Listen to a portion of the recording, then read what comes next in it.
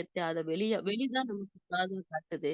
அதையே கடமையே சிறந்ததென கண்டான் ஞானி. பக்தன் என்ன சும்மா கடவுள் தான் நம்மள படைச்சாரு, நம்மள வழி நடத்துறான்னு ஞானிகள் பக்தர் தான் அத நம்பிக்கை மார்க்கமா பாக்குவோம். ஆனா, கடவுள் என்ன சொல்றாரு? ஞானி சொல்றாரு, கடமையை செய், பலனை எதிர்பாராதேங்க. அரூபமே நான் என்று சொல்வான் பக்தன். ஞானி என்ன சொல்வான்னா, ஒருவனாய் உள்ள அந்த அரூபமே நான் உருவம் அனைத்தும் என் தோற்றம் என்பார் ஞானி. கடவுள் ரகசியம் அத வெளியாய் காட்டும். அதே மாரி இவரு மட்டும் தான் கண்டுபிடிச்சிருக்காரு. வள்ளலார் மட்டும்தேன். "படியடி வான்முடி பற்றினும் தோற்றா, அடிமுடி என்னும் அருட்பெருஞ்சோதி" அப்படிங்கிறாரு. சிவபெருமான் என் அடியும் முடியும் கண்டுபிடிச்சுட்டு வாங்க அப்படின்னு விஷ்ணுவிட்டும் யாருனாலும் அவங்கனால கண்டுபிடிக்க முடியல. அத பொய்யும் வேற சொன்னாங்க. ஆனா அடிமுடி காணாதது. அந்த அடியும் முடியும் பார்த்தேன்னு சொன்னவரு ம், வள்ளலார் மட்டும்தான். அதுவே அடி முடி பார்க்கல. லேசா அடி மட்டும் தான் பார்த்திருக்கிறேன். அது உள்ளார்ந்து என்னால பார்க்க முடியல. அப்பேற்பட்ட மகான்கள்லாம் வந்ததிலிருந்து நம்ம மகரிஷியோட ஒரு ஐக்கியமாகி உயிர் கலப்பு பெற்று, அந்த உயிர் கலப்பிலத்திலிருந்து வேதாத்திரியம்ங்கிற ஒரு இதுல நாமளும் தேர்ந்தெடுக்கும்போது, நாமளும் இந்த கடவுள் நிலை உணரலாம். கடவுளா ஆகலாம், தெய்வம் ஆகலாங்கிறது இந்த பாடல் உள்ள கருத்து. அடுத்தது 83வது கவிதை. ஞானிகளின் நுட்பம். ஓவியங்கள் வரைகின்ற கலைஞன் எண்ணி, ஓருருவம் வரைந்து அதன் உள பாவத்தில், காவியங்கள் வர்ணிக்கும் முறைக்கு ஒத்த கருத்தொளிர கோடுகளை தேவைக்கேற்ப மேவியங்கே பலஜாலம் காட்டுதல் போல் மேல்நிலையில் வாழ்ஞானி உலகோர் வாழ்வில் நாவியங்கி ஒலிக்கும் சொல் உன் நடத்தை நட்பொழுக்காம் இவற்றால் பண்பலம் விளைப்பார் அப்படிங்கிறார். கடவுள் பற்றியும் தெய்வத்தை பற்றி நாம் எப்படி உணர்த்துகிறார்கள் என்பதை பார்ப்போங்க. ஓவியர் தன் கற்பனையினாலதான் படம் வரைகிறாரு. அதுலுக்குன்னு ஒரு வரைமுறை இருக்கு. மேல இருந்து ஒரு கோடு, கீழ இருந்து கோடு, எங்கெங்க வரையணும்னு அதுக்கு ஒரு வரைமுறை இருக்கு. அதே மாரி சிலைகளை வடிவமைக்கும் சிற்பிகளும் அதே மாரி அவங்களுக்கு ஒரு வடிவம் இருக்கு. அது மாரிதான் அந்த அடிமுடி காணாது அப்படிங்கிறாங்க. வரைமுறை இருக்கு. அதுபோல ஞானிகளும் அதுபோல் செய்வார்கள். மேல்நிலையில் வாழும் ஞானி உலகோர் வாழ்வில் மிகப்பெரிய மாற்றத்தை உண்டாக்குவார்கள். ஞானிகள் ஒரு சின்ன சொல்லல நிறைய மக்களோட வாழ்வை துன்பங்களை நீக்கி அவங்களையும் மேல் மேல் செல்வாங்க. நம்மளும் அதே மாரிதான் வேதாத்திரத்துக்கு வந்ததுக்கு முன்னாடி எப்படி இருந்தோம்? வேதாத்திரத்துக்கு வந்த பின்னாடி நாம் எப்படி இருக்கிறோம்னு ஒரு கணம் சிந்திச்சோம்னா, மகரிஷி நம்ம வாழ்வுல எப்படி ஒரு மாற்றத்தை ஏற்படுத்தியிருக்காங்கிற ஒரு அற்புதமான இது நமக்கு தெரியும். ஒரு ஓவியம் சில பல கோடுகளினால் மிகப்பெரிய மாற்றத்தை ஏற்படுகின்றதோ, அதுபோல யோகியர்கள் கூறும் வார்த்தையும் சாதாரண மக்களின் வாழ்வில் மாற்றம் ஏற்படும். அதுபோல யோகியர்கள் மகரிஷி எப்படி இருக்க வேண்டும் என்று நமக்கு கூறுகிறார். நட்பு, ஒழுக்கம், சொல் உணர்ந்து கூடிய தத்துவம். அது மட்டும் இல்லாமல் அவர்களின் நன்னடத்தை எப்படி சொல்கிறார்களோ அப்படியே வாழ்ந்து கொண்டிருக்கிறார் மகரிஷி. அதே போல நாமளும் அவரை மாதிரியே இருக்கணும்னு சொல்லி இந்த இதுக்கு நம்ம வந்திருக்கோம். அந்த நன்னடத்தை பின்பற்றும் பேரறிவு, ஒழுக்க வாழ்வு. ஒழுக்கம் என்பது தற்காலத்திலோ பிற்காலத்திலோ ஒழுக்கம்னா என்னங்க? தற்காலத்திலோ பிற்காலத்திலோ உடலுக்கோ உணர்ச்சிக்கோ தனக்கோ பிறருக்கோ தீங்கு தராத செயல்களே ஒழுக்கம். அதுபோல வாழ்ந்து அதே போல மற்றவர்களுக்கும் நாம் தமதாக்கிக் கொண்டு பின்பற்ற வேண்டும் என்று இதை பின்பற்றி நாம் எவ்வாறு வேதத்தில் இணைந்து பெரும் மாற்றம் பெற்றோமோ அதை போல மற்றவர்களும் பின்பற்ற வேண்டும் என்று கூறுகிறார் இந்த கவிதையில். அடுத்த கவிதை கடமையை செய்வோம். கடமை கடன் கூட்டல் மைதான் கடமைன்னு வருது. புனிதமுள்ள ஆறறிவின் உருவாய் தோன்றி புவிமீது ஆங்காங்கே வாழ்கின்றோம். தனியொருவன் உடலியங்க வாழ்க்கை செய்ய தகுந்த உணவும் உடையும் மாற்றையாவும் மனிதர்பல லட்சங்களில் கூட்டுழைப்பால் மதியுறவால் கிடைக்கின்ற உண்மை காண்போம். இனி நமது உடல், குடும்பம், உற்றார், ஊரார் உலகுர்க்கோர் ஆற்றவுள்ள கடமை செய்வோம் அப்படின்னு மகரிஷி இந்த கவிதையில கூறியிருக்காரு. கடன் கூட்டல் மைதான் கடமை. நம்ம திரும்பி செய்யக்கூடிய கடனே கடமை. மாணிக்கவாசகர் என் பணி பணி செய்து கிடைப்பதே அப்படிங்கிறார். அது போல நம்ம சிவபெருமானுக்கு எப்படி மாணிக்கவாசகர் கடன் செஞ்சு தன்னோட வினைப்பதிவை தீர்த்தாரோ அது போல நாமளும் மற்ற நம்ம பக்கத்துல இருக்கிற எல்லாருக்கும் உதவி செய்யணும் அப்படிங்கிறாரு மகரிஷி. அதாவது புனிதமுள ஆறறிவின் உருவாய் தோன்றி அப்படிங்கிறதுக்கு, 6 அறிவு பெற்ற நாம அறிவு பெற்று வந்திருக்கோம். விலங்கினத்திலிருந்து இறைநிலையிலிருந்து தோட்டத்தில் பூத்த இறுதி மலர் மனித இனம் என்ற சுவாமிஜி கூறுறாரு. நம்ம கடைசியா வந்த பூத்த கடைசி மலர் தான் நாம. தன் தன்னை அறியக்கூடிய அந்த நுண்ணறிவு பெற்ற மனித இனத்தில் பிறந்து விட்டோம். அதிலும் அது என்ன சொல்றாங்க, மனிதரா பிழைப்பதற்கே ஒரு மாபெரும் தவம் செய்ய வேண்டும் சொல்றாங்க. அதிலே அபய் பிராட்டி ஒரு பாட்டு கூறியிருக்கார் பாருங்களேன். "அரிதரிது மானிடார் பிறத்தல் அரிது. அதனினும் அரிது கூன் குருடு செவிடு இல்லாம படுத்தது." அதிலேயே கடைசி வரி வருது பாருங்க. "தானமும் தவமும் செய்து வாழ்தல் அதனினும் அரிது" என்று ஔவையார் கூறுகிறார் பாருங்க. அரிதரிது. நம்ம மானிடா பிறப்பதற்கே ஒரு அரிது செஞ்சிருக்கணும். அத பிறந்து செஞ்சாலும் கூன், குருடு, செவிடு இல்லாம பிறத்தல் அரிது. அதுலயும் முக்கியமா நாம இப்படி பிறந்துட்டோம். நமக்கு அடுத்தவங்களுக்கு உதவி செய்யணுங்கிறது தான் கடைசி வரியில தானமும், தவமும் செய்து வாழ்தல் அரிது என்று ஔவையார் நாம் பிறந்தது எப்படி? யார் பெற்றோம்? நம்ம பெற்றோர்கள் யாருன்னு நமக்கு தெரியுமா? நம் நிறம் என்ன? நம்ம குணம் என்ன? நம்ம குட்டையா? நெட்டையா? என்று நமக்கு தெரியாது. அது கடவுளின் பிறப்பு. நம்ம அப்பா, அம்மாவுக்கு தான் இவங்களுக்கு தான் பிறக்கணும்னு நமக்கு அது தெரியாது. அது எப்படி வந்தது அப்படின்னா, நம்ம வினைப்பதிவே தேகம் கண்டாய்ன்னு வருது. நம்ம கர்ம வினைப்பயன்படி, அம்மா, அப்பாவின் பயன்படி நம்ம உடம்பா வந்திருக்கோம். பல லட்சம் மனிதர்களின் கூட்டுழைப்பால் நாம் வளர்கின்றோம். "ஒரு பிடி உணவில் உலக ஒற்றுமையைக் கண்டிடு" என்று கூறுகிறாங்க மகரிஷி. இந்த ஒரு உடி உணவுல எத்தன பேரோட உழைப்பு இருக்குது பார்த்தீங்களா? விவசாய மக்கள் ஒரு பக்கம் அரிசி விளைவிக்கிறாங்க. வடநாட்டுகள்ல இருந்து தான் பருப்பு வருது, எண்ணெய் வருது, உப்பு திருநெல்வேலி மாவட்டத்துல இருந்து வருது. காய்கறிகள்லாம் விவசாயிகள் இதெல்லாம் இந்த ஒரு பிடி உணவுல இருக்கிற மாற்றத்துல ஒற்றுமை எல்லாத்தையும் கண்டுபிடிச்சிடலாம். அதுக்கு காலையில எந்திரிச்சோனே நாம இயற்கைக்கு ஒரு நன்றி சொல்வோம். இயற்கைய நினைச்சாவே அது யாருக்காவது பலனை எதிர்பார்க்குதுங்களா? அந்த இறைநிலை எப்படி ஒரு உருவாக்கி இருக்கு பாருங்க. நம்ம முதல் வந்தது தாவர இனங்கள் மட்டும்தான். அந்த தாவர இனங்கள்ல இருந்து வர்ற நம்ம அந்த அருட்கொடைய கடமைய பாருங்க. அந்த ஒரு மரத்தின் அடியில நின்னோம்னா, நல்லவன், கெட்டவன் யாரையும் இருக்காது. ஒரு மரத்தையே வெட்டுனா கூட அவனுக்கும் 10 நிமிஷம் நிழல குடுத்துட்டு அவனுக்கு ஆறுதல் அடையறதுக்காக இருக்குது. அத நாம ஒரு இதா நெனச்சுட்டு நாமளும் அடுத்தவங்களுக்காக நம்ம தனதுன்னு வந்தாவே எமன் கூட வந்து இருக்க மாட்டாங்களாம். தனதுங்கிற ஒரு பற்று உள்ள இருக்கிறவன எமன் கூட போய் பக்கத்துல இருக்க மாட்டாராம். ஏன்னா அவன் தன்னைத்தானே அழிச்சுக்குவான். நான் ஏன் அவன போய் அழிக்கணும்னு சொல்லுவாங்க. அந்த மாரி நாம நல்லா இருக்கணும்னு தனது இல்லாம பொது நலத்தோட எல்லாரும் நல்லா இருக்கணும்னு நம்மகிட்ட இருக்கிற எல்லாத்தையும் மற்றவங்களுக்கும் குடுத்து நாமும் குடும்பம் வாழணும். நமது குடும்பம், உற்றார், உறவினர், உலகோருக்கு ஆற்ற உள்ள கடமையை செய்வோம் அப்படின்னு சொல்லி, கடமையை செய்வோம். பலனை எதிர்பாராது இந்த கவியின் மூலமா தெரிகிறோம். அடுத்த கவிதை நமது ஆர்வம் 85வது. உடல் வடிவுடையோர் அறிவுத்திறன் ஒன்று சேர்ந்து உழைத்திடுவோம் முயற்சியுடன் விளைவைக் கொண்டு. குடற்பலிசியை தீர்த்திடவே மட்டுமல்ல, குவித்திடலாம் பணம் என்ற குறிப்புமல்ல. கடல் சூழ்ந்த உலகில் வாழ் மக்கள் தேவை கண்காதால் எண்ணத்தால் அறிவை தாக்கி கடல் வேகம் நாம் ஏற்கும் தொழிலில் ஆர்வம் சுக துக்க நிலையறிந்து கடமை செய்வோம் அப்படிங்கிறாரு மகரிஷி. என்னுடைய வாழ்விற்கு தேவையான பொருளை ஈட்டி ஒழுக்கத்தால் ஈட்டணும் அப்படிங்கிறாரு. அந்த பொருளை பசியை போக்குறது வரைக்கும் உழைத்து வாழ வேண்டும். எப்படி உழைத்து வாழணும்? நேர்மையான முறையில ஒழுக்கமான முறையில அத குடுக்கணும் அப்படிங்கிறாரு மகரிஷி. உழைத்து சம்பாரித்த பணத்தை மத்தவங்களுக்கும் நன்மை பயக்கும் வகையில் அது செலவு செய்யணும் அப்படிங்கிறாரு மகரிஷி. கடமையற ஆற்ற செய்ய வேண்டும்.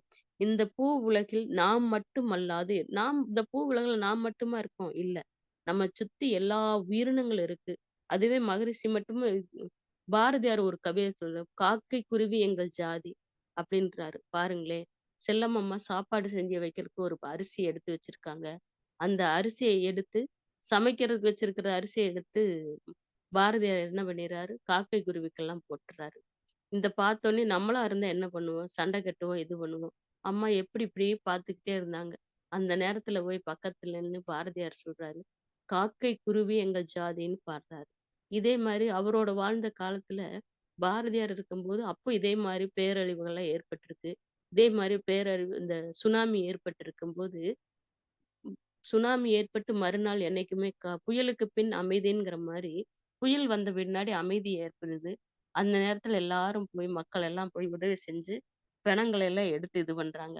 ஆனா பாரதியார் மட்டும் என்ன பண்றாரு, அந்த அங்க இருக்கிற செத்து மிதந்து வந்து கொண்டிருக்கிற அந்த புறா, கொக்கு, நாரை இந்த மாரி காக்கை இனங்கள எல்லாம் தூக்கி வச்சு அவரு அடக்கம் பண்றாரு.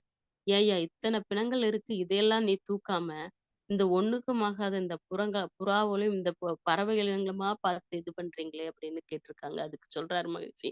"இந்த மனித இனங்களை காப்பாத்த, இந்த மனித பிணங்களை எடுத்து அடக்கம் பண்ண நீங்க இருக்கிறீங்க. இந்த பறவை இனங்களை எடுத்து அடக்கம் பண்றதுக்கு பறவை இனமா வரும். அத நான் செய்றேன். நீங்க அந்த வேலைய பாருங்க" அப்படிங்கிறாரு. இதிலிருந்து என்ன தெரியுது? பாரதியாரோட மனசு எப்படி இருக்கு பாருங்க. அங்க அன்பும், கருணையுமா இருக்கு. அந்த தொழிவுல நமக்கு அன்பும், கருணையும் வந்த முன்னாடி நமக்கு அங்க எது இருக்கு? இந்த இயற்கை சீற்றத்தால் பாதிக்கப்பட்டு இருக்கும் மக்களுக்கு நாம் உதவி செய்து வாழ வேண்டும். அதற்கு இரண்டொழுக்க பண்பாடு நமக்கு ஒரு நல்லதா இருக்கு. அதத்தான் இப்ப பாரதியார் கவிதை மூலமா நாம பார்த்தோம். இப்ப இயற்கை சீற்றம் மெட்ராஸ்லயும் அதிகமான தண்ணி வந்து இப்ப மக்கள் வெள்ளத்துலலாம் இருக்கும்போது, எல்லாரும் உதவி செய்யணும் அப்படிங்கிற ஒரு நல்ல ஒரு குணம் வந்து எல்லாத்துக்கும் உதவி செஞ்சோம் பாருங்க. நம்ம மனித இனம் தான் இந்த விதத்துல கஷ்டப்படுது. விலங்கினங்களும் கஷ்டப்படுதுன்னு எல்லாரும் அந்த விலங்கினங்களும் காப்பாத்துனாங்க பாருங்க. அதுதான். அது திருநெல்வேலியில இதே மாரி வெள்ளம் ஏற்பட்டுன்னு எல்லாத்துக்கும் நம்ம உதவி செஞ்சோம். அதுக்கு நமக்கு இரண்டொழுக்க பண்பாடு நமக்கு மகரிஷி கூறியிருக்கிறார் பாருங்க. "நான் எனது வாழ்நாளில் யாருடைய உடலுக்கும், மனதிற்கும் துன்பம் தரமாட்டேன். துன்பப்படுவோருக்கு என்னால் முடிந்த உதவிகளை செய்வேன்" என்று கூறுகிறாரு. இது நமது ஆர்வமா வச்சு, நாமும் வேதாத்திரியத்திலோட இணைந்து, அனைத்து மக்களுக்கும் இறை சாதனை மார்க்கத்தோட இணைந்து, அனைத்து மக்களுக்கும் தொண்டாற்றுவோம் என்று கூறுகிறோம். அடுத்தது 86வது கவிதை "உணர்ந்த அறம்". "உருவாகி உடல் வளர்த்து வாழ்கின்றேன் என் உடலை வளர்த்து அறிவூட்டி வாழ்வதற்கென்னை ஒரு மனிதனாக்கி வைத்தும் இன்றும் கூட உணவு, உடை மற்றும் பல வசதிகள் எல்லாம் தருகின்ற மனித இனம் தனக்கென் சக்தி தக்கபடி பயன்படுத்துகின்றேன் என்ற பெருநோக்கச் செய்கையே நிஷ்காமிய கர்மம் பேரறமாம் மனிதனுடைய கடமை இதே" அப்படிங்கிறாரு மகரிஷி. ஒவ்வொருவருடைய மனிதனின் கடமை எப்படி இருக்க வேண்டும்னா, "கடமையை செய் பலனை எதிர்பாராதே" என்றும், "கடமையை செய் நாம் எப்படி இருக்க வேண்டும்" என்றும், நன்கு உழைத்து சம்பாரித்து அத நல்ல வழியில் வருமாறு அது தற்சமயம் வாய்க்குமெனில் அது உலகோர்க்கோர் தருவேன் என்று மகரிஷி சொல்றாரு. நல்ல என் மனனம் என் மரணம் என் பிறப்பு இரண்டையும் நான் அறியேன்.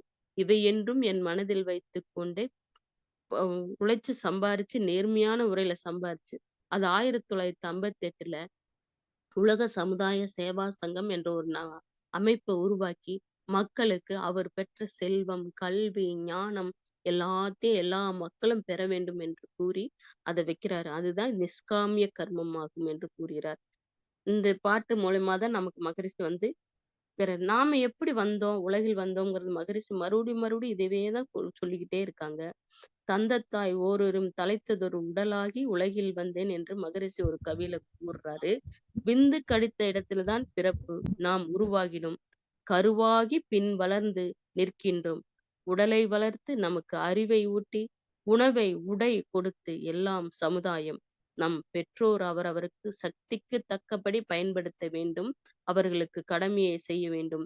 நம் கருமாவை கழிக்க அருட்தொண்டுதான் செய்ய வேண்டும் என்று எல்லாரும் எதிர்பார்ப்பும் இல்லாமல் நம் அறிவு, செல்வம், கல்வியின் மூலமும் பேரறமாம் கடமையை ஈதே" என்று மகரிஷி கூறுகிறார். நாமும் இறை சாதனை மார்க்கத்தில் இணைந்து அனைத்து இறை ஆசிரியர் பெருமக்களுக்கும், அனைத்து மெய்யன்பர்களுக்கும் நாமும் தொண்டாற்றி இன்பம் செய்து கடமையை செய்வோம் என்று கூறி இன்று சிற்றுரையை முடித்துக் கொள்கிறேன்.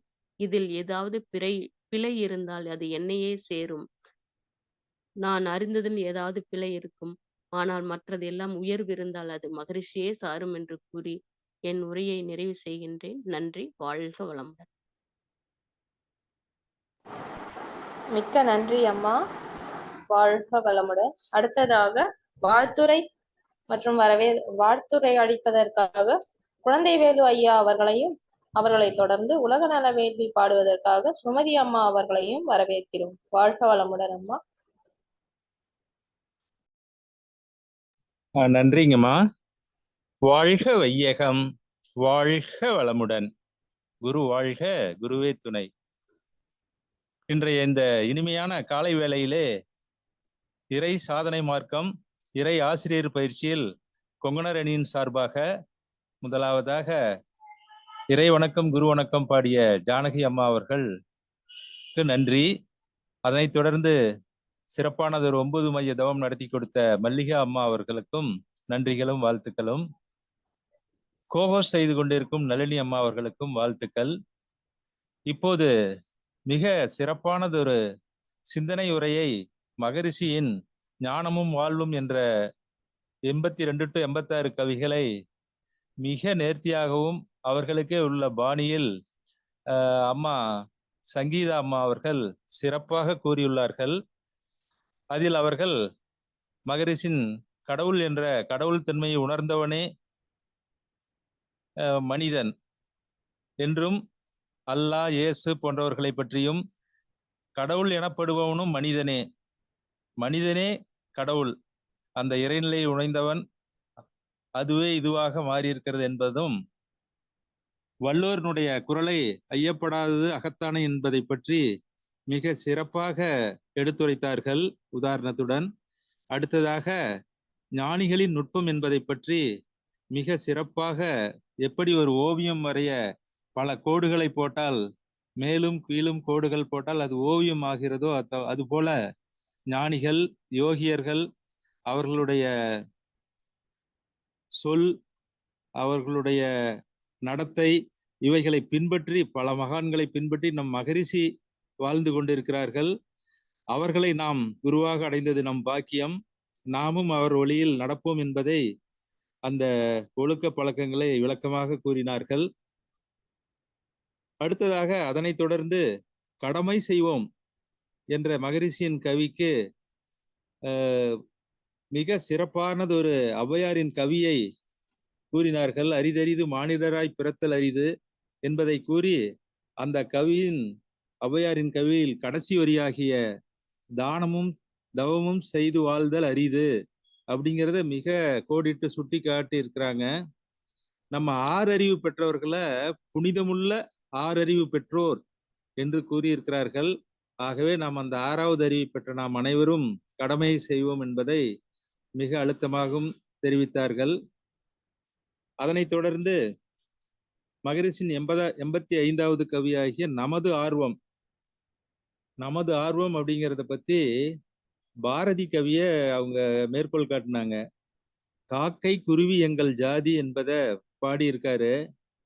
அதை பாடினது மட்டும் இல்ல, அவங்க துணைவியார் செல்லம்மா அருகில் இருக்கவே அவர் வீட்டுக்கு கொஞ்சம் இருந்த ஒரு சிறிதே இருந்த அரிசியையும் எடுத்து, அன்னைக்கு உணவுக்கு வேற இல்ல, ஒரு ஆளாக்கு அரிசி அதையும் எடுத்து குருவிகள் காக்கைகளுக்கு வீசிக்கிட்டு இருக்காங்க. அப்படி வீசிட்டு இருந்தா நம்மெல்லாம் அதை பொறுத்துக்குவோமா? நமக்கே வயிற்றுக்கு இல்லை, இப்படி செய்யறாருன்னு பதறி இருப்போம். ஆனா அந்த செல்லம்மாள் துணைவியார் எதுவுமே சொல்லல. அவருக்கு இந்த பறவைகள் மேல எவ்வளவு ஒரு அன்பும் கருணையும் இருந்ததுங்கிறத இந்த கவியில விளங்குது. அதே மாதிரி பாரதியார் ஒரு முறை பெரிய இப்போலாம் நடக்குது, அந்த மாதிரி சுனாமி நடந்த போது, பெரும் வெள்ளம் ஏற்பட்ட போது நிறைய அதனால அழிவு ஏற்பட்டு மக்கள் பிணங்கள் பறவைகள் எல்லாம் இருந்தது, எல்லாம் புறா காகம் இவைகள்லாம் பிணங்கள்லாம் மிதந்துதான். அந்த சுனாமிக்கு பிறகு ஒரு அமைதி அப்படி உண்டாகும். அதனால அந்த சமயத்துல எல்லாரும் போய் அங்க கிடந்த பிணங்களை எல்லாம் எடுத்து அப்புறப்படுத்தினதாகவும், ஆனா பாரதியார் மட்டும் அங்க மிதந்துகிட்டு இருந்த பறவைகளை, கொக்கு நாரை காகம் இவைகளை எல்லாம் எடுத்து அவர் அடக்கம் பண்ணிட்டு இருந்தாராம். அப்ப கேட்டாங்களாம், ஏப்பா இவ்வளவு பேரு நம்ம உயிரினங்கள் மனிதர்கள் இறந்து கிடக்குறாங்க, நீங்க அதையெல்லாம் அடக்கம் செய்யலையேன்னு கேட்டதுக்கு அவர் சொல்றாராம், இல்ல மனித பிணங்களை எல்லாம் அடக்கம் பண்ண நாம இருக்கிறோம், மனிதர்களாகிய நாமே இருக்கிறோம். ஆனா அந்த பறவைகளை, அதனுடைய சகோதர பறவைகளோ காகங்களோ அதை எடுத்து அடக்கம் செய்ய முடியாது, அதுக்கு அந்த ஒரு வலிமையும் எதுவும் இல்லைன்னதும் அங்க அந்த இடத்துலதான் அந்த அன்பும் கருணையும் வெளிப்படுதுங்கிறதையும், அங்க இரண்டொழுக்க பண்பாடும் அந்த இடத்துல வருதுங்கிறதையும் மிக சிறப்பாக எடுத்து கூறினார்கள். அடுத்தது உணர்ந்த அறம். 86வது கவி, உணவு, உடை, நீர் இவைகள்லாம் மகரிஷி ஏற்கனவே சொன்னதுதான், பொதுவாக இருக்கணுங்கிறதையும், கடமை செய் பலனை எதிர்பாராது என்ற கீதாசாரத்தையும் உதாரணமாக காட்டி, என் பிறப்பு என் மரணம் இவைகளை அறிந்த நம் மகரிஷி அவர்கள் அவர் பெற்ற கல்வி ஞானம் அதையெல்லாம் உலகத்துக்கு உணர்த்துவதற்காக 1958 உலக சமாதான சேவா சங்கத்தை உருவாக்கி நம்மளை எல்லாம் அதன் வழியில் பயணித்துக் கொண்டிருக்கிறார். ஆகவே அது கீதையில சொன்ன நிற்காமிய கர்மம் அப்படிங்கிறதையும் மிக சிறப்பாக விளக்கினார்கள். இவ்வளவு சிறப்புகளை பெற்ற நம் அம்மா சங்கீதா அம்மா அவர்களை நன்றிகளும் வாழ்த்துக்களும். அதனைத் தொடர்ந்து ஆசிரியர் அறிமுகம் செய்த செல்வலட்சுமி அம்மா அழகர் அவர்கள் அவருக்கு உண்டான பாணியில் அந்த இனிமையான குரலில் அறிமுகம் செய்தார்கள். வாழ்த்துறை நன்றியுரை வழங்கி கொண்டிருக்கும் குழந்தைகள் அவர்கள் சிறப்பாக செய்து கொண்டிருக்கிறார்கள். இறுதியாக உலக நல வாழ்த்து பாட சுமதி அம்மா அவர்கள் மிக சிறப்பாக பாடி நிறைவு செய்ய இருக்கிறார்கள். நன்றி. வாழ்க வளமுடன்.